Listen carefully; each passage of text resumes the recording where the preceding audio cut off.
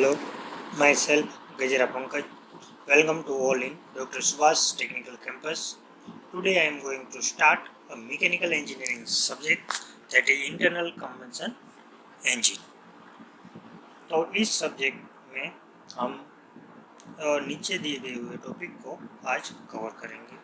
वो टॉपिक है what is heat engine, classification of heat engine, comparison between external combustion engine and internal combustion engine, comparison of two stroke and four stroke engine. तो इन चार topic को हम आज देखेंगे कि हीट इंजन क्या है, हीट इंजन का क्लासिफिकेशन क्या होता है, comparison between external combustion engine और इंटरनल कंबशन इंजन का देखेंगे और उसके बाद देखेंगे comparison two stroke and four stroke engine का. ओके, तो पहला टॉपिक है व्हाट इज हीट इंजन. तो व्हाट इज हीट इंजन. तो हीट इंजन को देखने पहले हम देखेंगे इंजन किसे कहते हैं. तो engine is a device which convert one form of the energy into another form. तो इंजन एक डिवाइस है जो एक फॉर्म में एनर्जी होती है उसको दूसरे फॉर्म में कन्वर्ट करता है, राइट. तो उसे बोलते हैं इंजन. फॉर एग्जांपल कि जो फ्यूल है, फ्यूल की जो केमिकल एनर्जी है वो केमिकल एनर्जी को कन्वर्ट करता है इंजन थर्मल एनर्जी, राइट. तो उसे क्या कहते हैं, उसे इंजन कहते हैं. उसके बाद देखते हैं हीट इंजन. हीट इंजन में क्या होता है कि हीट है वो पहले कन्वर्ट होती है फ्यूल में से और उसके बाद वो हीट है जो थर्मल एनर्जी है उसे फर्दर यूजफुल वर्क में कन्वर्ट किया जाता है. तो हीट इंजन है उसमें यहाँ पे ब्लॉक डायग्राम दिया गया है कि पहले जो फ्यूल की जो केमिकल एनर्जी है वो फ्यूल की केमिकल एनर्जी कन्वर्ट होती है हीट एनर्जी में और हीट एनर्जी फिर कन्वर्ट होती है मैकेनिकल वर्क में. तो हम डेफिनेशन देखते हैं. Heat engine is a device which transform the chemical energy of fuel into thermal energy and utilise this thermal energy to perform useful work. तो वही बात की है. और thermal energy is convert to mechanical energy in heat engine. जो thermal energy है उसे convert करती है मैकेनिकल एनर्जी में. कौन कन्वर्ट करता है, तो क्या, हीट इंजन. ओके. उसके बाद देखते हैं heat engine can be broadly classify into two category.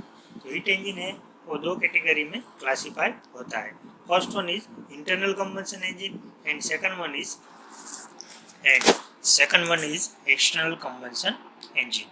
तो हीट इंजन है वो दो कैटेगरी में क्लासिफाई होता है, internal combustion engine and external combustion engine.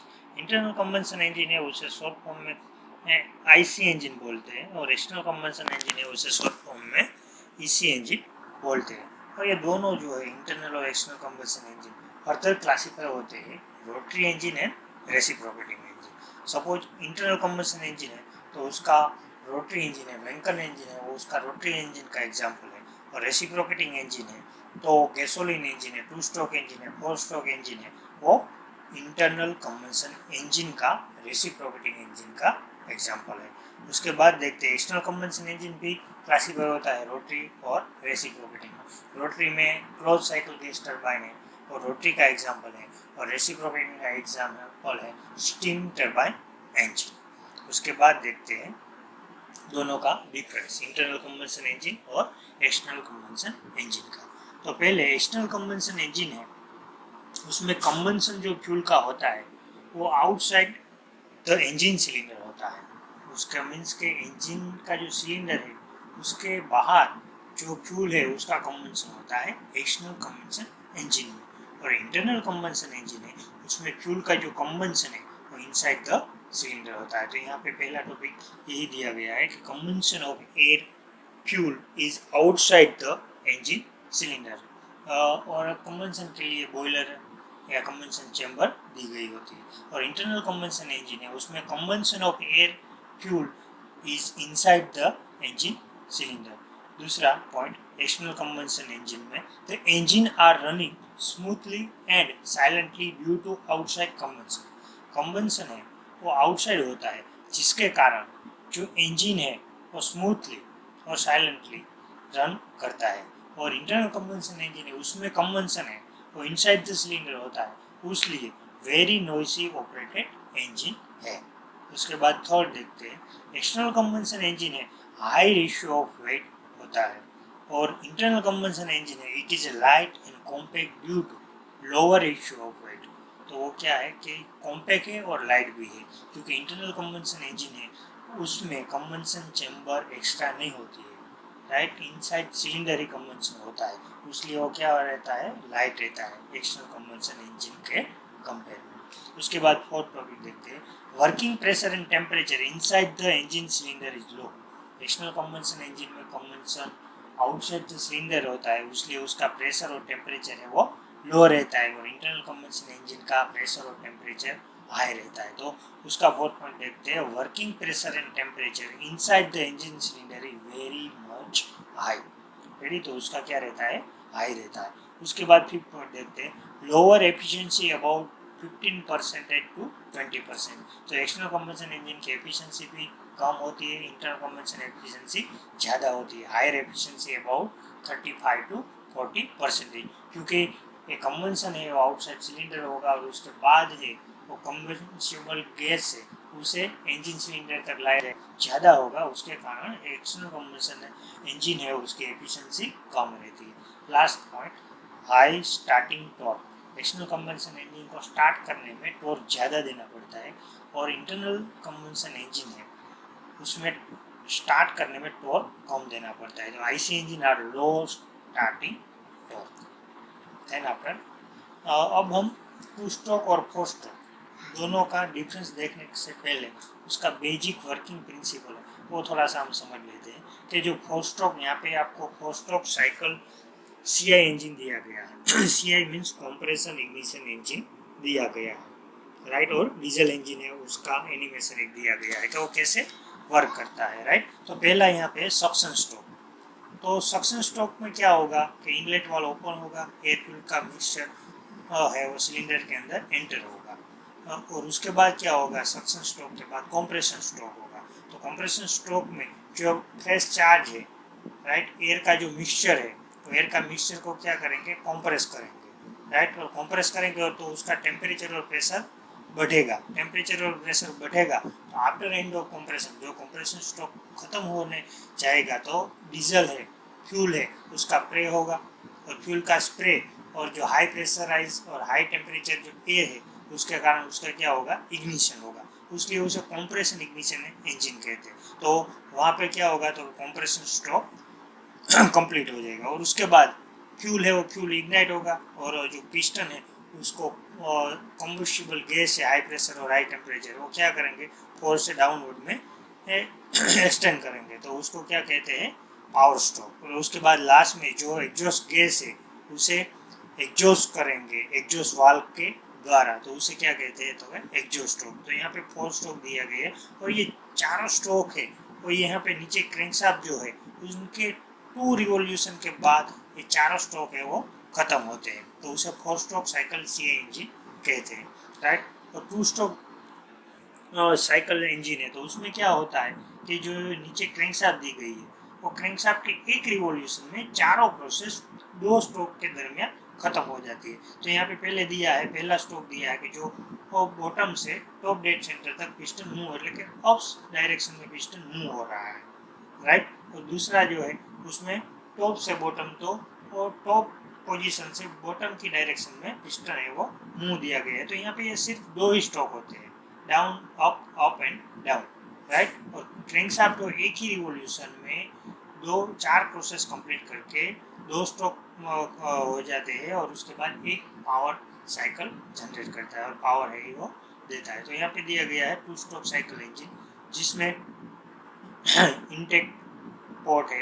यहाँ पे हाँ, दूसरा एक जो बेसिक डिफरेंस है 2 स्ट्रोक और 4 स्ट्रोक है उसमें वाल्व मैकेनिज्म होती है, 2 स्ट्रोक है उसमें पोर्ट मैकेनिज्म होती है। तो यहाँ पे पोर्ट मैकेनिज्म दी गई है, इनटेक पोर्ट जो ओपन है, जब पिस्टन है वो अप डायरेक्शन में मूव करेगा तो इनटेक पोर्ट के मार्फत जो चार्ज है वो चार्ज क्रैंक केस में एंटर होगा, उसके बाद जो पिस्टन है वो डाउनवर्ड में जाएगा, तो जो चार्ज है वो यहाँ पे राइट साइड पे जो ट्रांसफर पोर्ट दिया गया है रेड एरो के द्वारा, वो ट्रांसफर पोर्ट के मार्फत सिलेंडर में एंटर होगा फ्रेश चार्ज, उसके बाद पिस्टन अप जाएगा तो ये जो फ्रेश चार्ज है वो कंप्रेस होगा, बाद में स्पार्क प्लग दिया गया तो स्पार्क होगा और फ्यूल इग्नाइट होगा, और पिस्टन जब डाउनवर्ड में आएगा तो एग्जॉस्ट पोर्ट के मार्फत सारा एग्जॉस्ट गैस है वो एग्जिट हो जाएगा। तो हम देखते हैं अब 2 स्ट्रोक और 4 स्ट्रोक का डिफरेंस। तो यहाँ पे 4 स्ट्रोक और 2 स्ट्रोक इंजन का हम डिफरेंस देखते हैं। तो पहला है 4 stroke of the piston and 2 revolution of crankshaft. तो 4 स्ट्रोक इंजन है, उसमें 4 स्ट्रोक है पिस्टन के और क्रैंकशाफ्ट के 2 रिवॉल्यूशन के दरमियान कंप्लीट होता है। और 2 स्ट्रोक में क्या था, 2 stroke of piston up and down and 1 revolution of crankshaft. तो आपको जैसे मैंने पहले फिगर में दिखाया उसी तरह कि जो दो स्ट्रोक है पिस्टन के वो 1 रिवॉल्यूशन ऑफ क्रैंकशाफ्ट में कंप्लीट होगा। उसके बाद सेकंड पॉइंट है 1 power stroke in every 2 revolution of crankshaft. और 2 स्ट्रोक इंजन है उसमें 1 power stroke in each revolution of crankshaft. तो 4 स्ट्रोक इंजन है उसमें क्या होगा कि एक पावर स्ट्रोक मिलेगा 2 क्रैंकशाफ्ट के रिवॉल्यूशन के बाद। तो 2 स्ट्रोक इंजन है उसमें क्या होगा 1 पावर स्ट्रोक मिलेगा 1 रिवॉल्यूशन ऑफ क्रैंकशाफ्ट के बाद, राइट। तो उसके बाद थर्ड पॉइंट देखते हैं कि 4 स्ट्रोक साइकिल इंजन है वो heavier flywheel due to non uniform turning moment. और 2 स्ट्रोक इंजन है lighter flywheel due to more uniform turning moment. तो 4 स्ट्रोक है उसमें 2 क्रैंकशाफ्ट रिवॉल्यूशन के बाद एक पावर स्ट्रोक मिलता है जिसके कारण नॉन यूनिफॉर्म टर्निंग मूवमेंट होती है, उसके कारण हेवियर फ्लाईव्हील की रिक्वायरमेंट होती है। फ्लाईव्हील क्या करता है कि जब पावर मिलता है तो उस दरमियान जो एनर्जी है उसे स्टोर करती है और जो अदर स्ट्रोक है उसमें वो क्या करती है कि जो एनर्जी है वो उसे रिलीज करती है। उसके लिए वहाँ पे हेवियर फ्लाईव्हील की रिक्वायरमेंट होती है। उसके बाद 4 स्ट्रोक इंजन में 4 पॉइंट देखते हैं पावर प्रोड्यूस इज लेस। तो 2 स्ट्रोक में कंपेयर में उसमें पावर जो प्रोड्यूस होता है वो लेस होता है। 2 स्ट्रोक इंजन में देखते हैं theoretically power produce is twice than the 4 stroke engine for same size. तो दोनों की साइज सेम होती है, सेम रखने के बाद जो 2 स्ट्रोक है वो 4 स्ट्रोक से डबल पावर प्रोड्यूस करता है। उसके बाद 5th पॉइंट देखते हैं हेवी एंड बल्कि। तो 4 स्ट्रोक इंजन है वो 2 स्ट्रोक के कंपेयर में हेवी और बल्कि रहता है और 2 स्ट्रोक इंजन है वो लाइट एंड कॉम्पैक्ट होता है। उसके बाद 6th पॉइंट देखते हैं lesser cooling and lubrication requirement. तो 4 स्ट्रोक इंजन है उसमें 2 स्ट्रोक की कंपेयर में कूलिंग और लुब्रिकेशन की रिक्वायरमेंट होती है वो कम रहती है। उसके कंपेयर में 2 स्ट्रोक में greater cooling and lubrication requirement. तो 2 स्ट्रोक में कूलिंग और लुब्रिकेशन की ज़्यादा रिक्वायरमेंट होती है क्योंकि पावर है वो ट्वाइस प्रोड्यूस करता है। उसके बाद देखते हैं lesser rate of wear and tear. 4 stroke engine में जो वियर और टीयर का रेट है वो कम रहता है, 2 स्ट्रोक इंजन में higher rate of wear and tear. उसके बाद 8th पॉइंट देखते हैं contain valve and valve mechanism.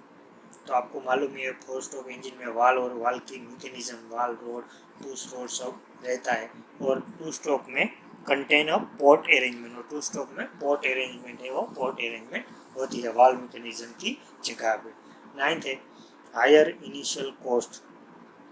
तो इनिशियल कॉस्ट है वो ज़्यादा रहती है 4 स्ट्रोक इंजन में और 2 स्ट्रोक इंजन है वो चीपर इनिशियल कॉस्ट, तो इनिशियल जो कॉस्ट है वो कम रहती है।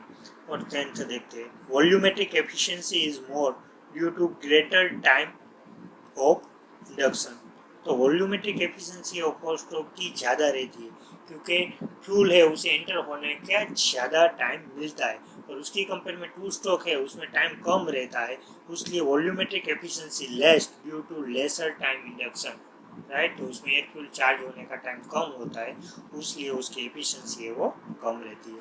लास्ट पॉइंट देखते हैं 11 thermal efficiency is high and also part load efficiency better. Thermal efficiency है वो 4 स्ट्रोक इंजन की ज़्यादा होती है और पार्ट लोड एफिशिएंसी भी ज़्यादा होती है क्योंकि जो पावर है वो 4 स्ट्रोक के बाद प्रोड्यूस होता है और जो 2 स्ट्रोक है उसकी थर्मल एफिशिएंसी लो रहती है क्योंकि 2 स्ट्रोक के बाद पावर है वो पावर जनरेट होता है, पार्ट लोड एफिशिएंसी भी लेसर रहती है। Thank you for watching this video.